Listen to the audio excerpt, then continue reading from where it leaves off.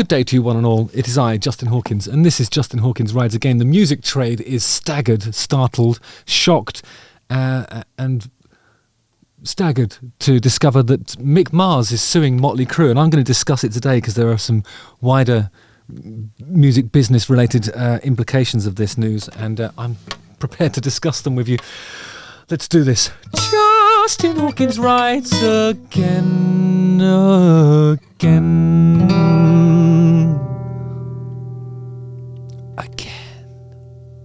Former Motley Crue guitarist Mick Mars has spoken out about his recent legal battle with the band following the lawsuit he filed against them over his share of profits.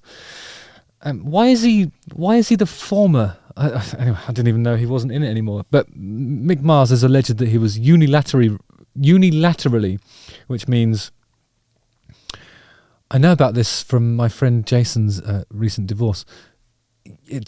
That's when one party makes something happen. It isn't like a joint decision. It means one person has done it, or one side of a disagreement has.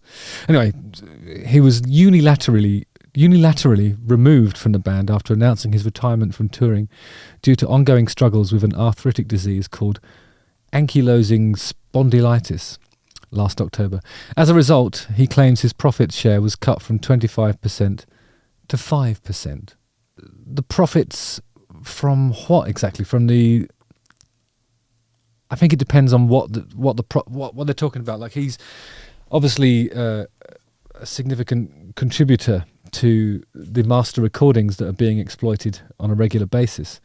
Every time you listen to something, you're listening to a master recording that's got Mick Mars playing on it, most probably. How many people were in Motley Crue? You've got Tommy Lee, you've got Nikki Sixx, you've got Mickey Mars, and Vince Neil, right? So 25%, that's basically a quarter of it, which is fair enough, I think. To go down to 5 across the board might be a little bit mean, I suppose, if that's what's happened. But if he's not touring anymore, the profits from touring, it'd be reasonable to not expect him to benefit from those.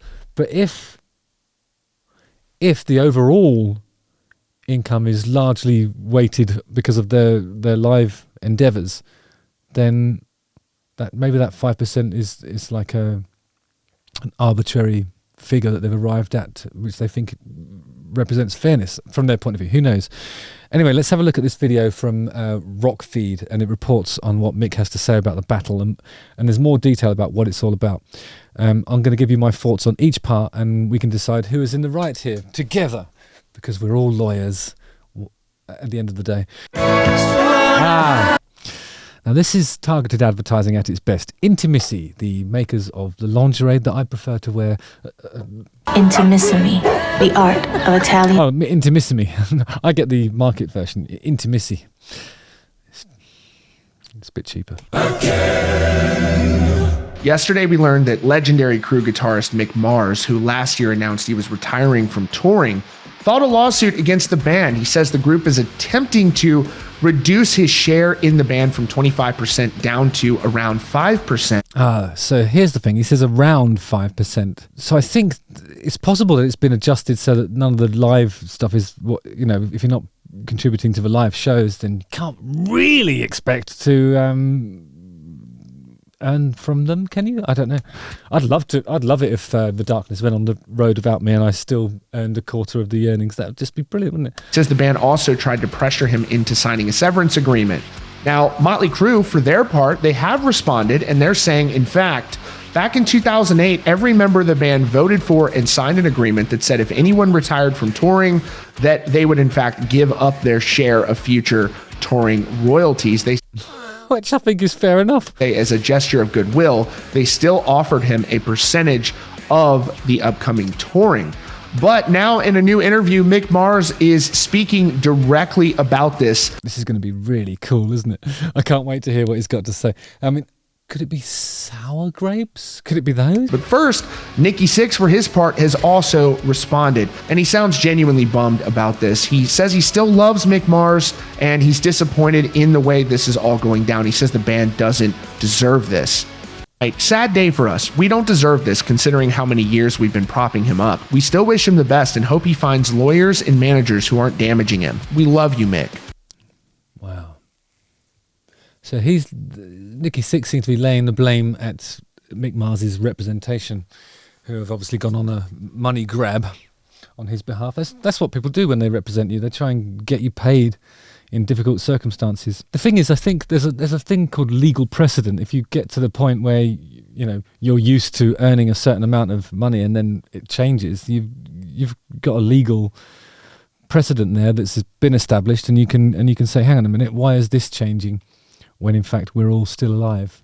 Elsewhere in the interview, he was asked about that severance package that involved getting 5% of the current tour, which was later up to 7.5%. He said, that's an insult to me that they're offering me that. No, it's my name. It's Mick Mars. It's Motley Crue.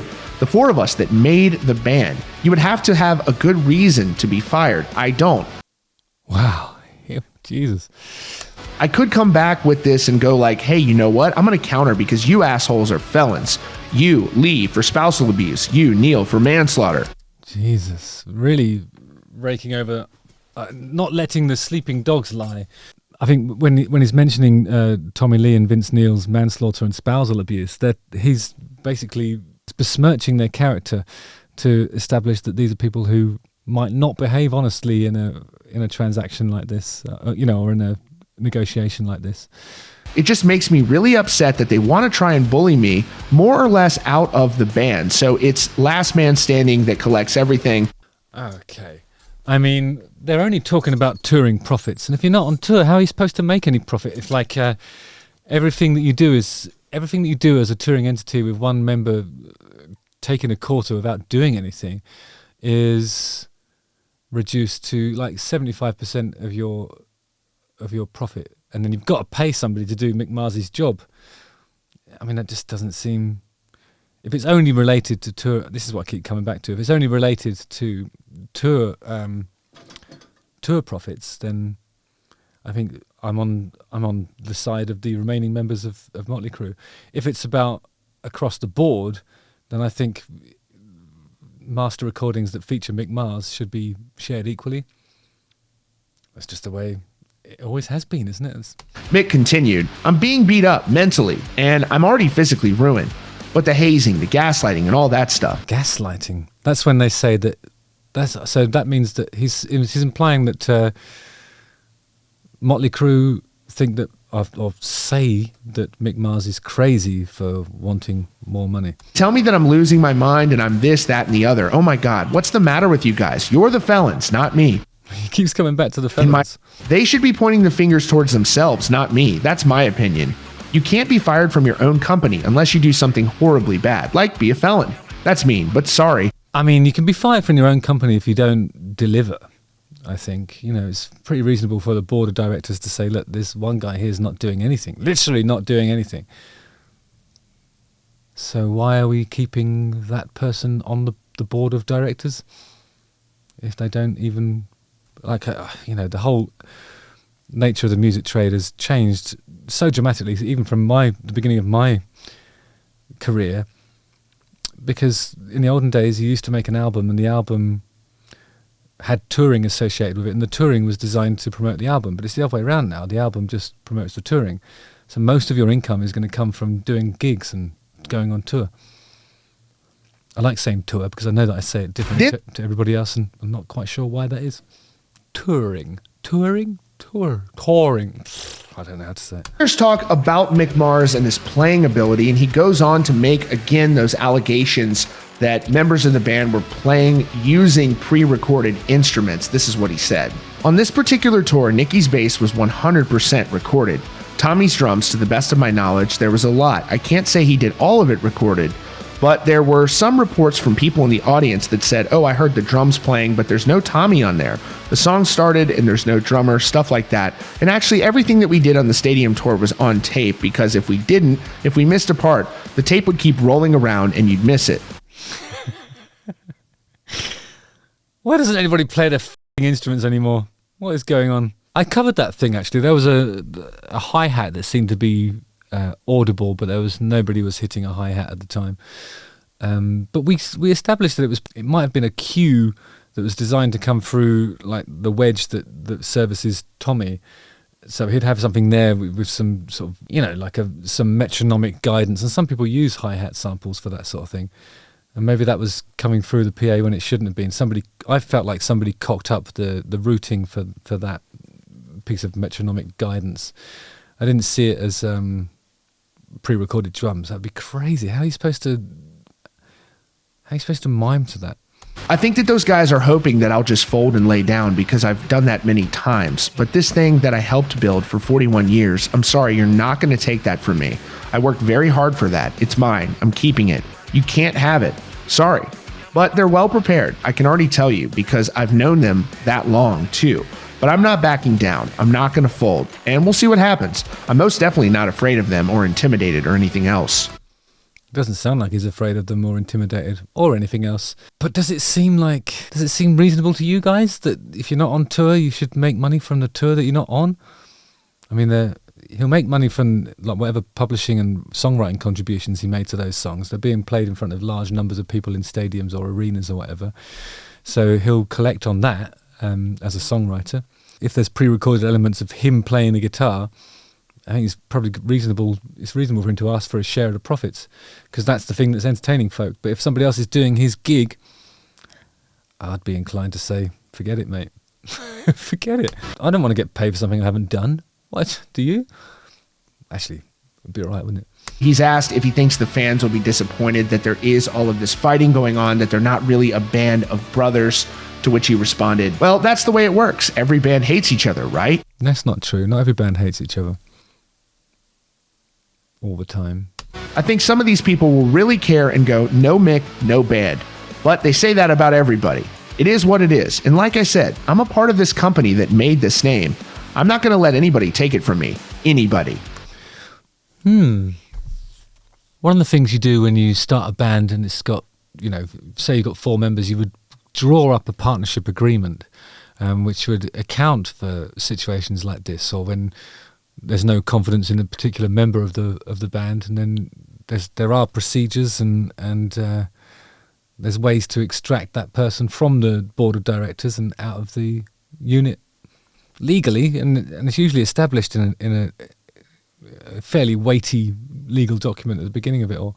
There's no sort of generic and homogenized way of doing it. Every band has a different partnership agreement, and it sounds to me like when Motley Crue are referring to some sort of document that had been signed in previous years talking about what happens when somebody retires, it's probably something that they've already looked into. I think Mick Mars is in a bit of trouble here. I don't think this is going to work out for him. Motley Crue has responded to this. They are denying these allegations. They're saying that every member of the band signed and voted for an agreement that said if anyone retired from the group, they would forfeit their touring revenue.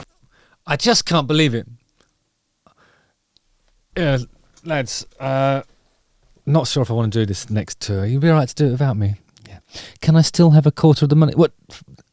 Will you f*** off? That's how that's going to go. After this last tour, Mick publicly resigned from Motley Crue, despite the fact that the band did not owe Mick anything. And with Mick owing the bands millions in advances that he did not pay back, the band offered Mick a generous compensation package to honor his career with the band.